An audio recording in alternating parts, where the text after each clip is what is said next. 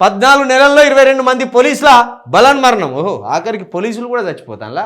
అంటే ఏ ఒక్క శాఖను ఇడిచిపెట్టకుండా, ఏ ఒక్క వర్గాన్ని ఇడిచిపెట్టకుండా అందరినీ ముక్కుమ్మడిగా సమానంగా చంపుకరావాలని ఈ కాంగ్రెస్ సర్కారు ఒక లక్ష్యంగా ముందుకు పోతున్నట్టు కనపడుతుంది.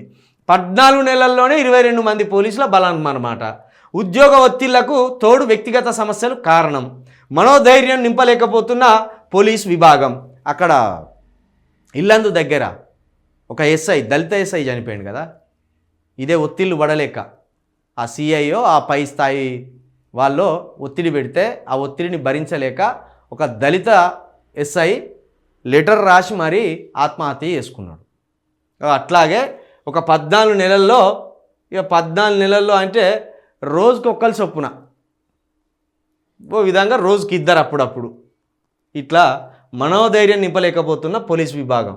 అసలే వీళ్ళకు తీరిక లేని పని ఉంటుందా? వీళ్ళకు భార్య పిల్లలతోటి గడిపే అవకాశం ఉండదు, రెస్ట్ తీసుకునే అవకాశం ఉండదు. ఇక మన గేటుకు కట్టేసిన కుక్కకి ఎంత పని ఉంటుందో పాపం వాళ్ళ పరిస్థితి కూడా గట్టినే ఉంటుంది.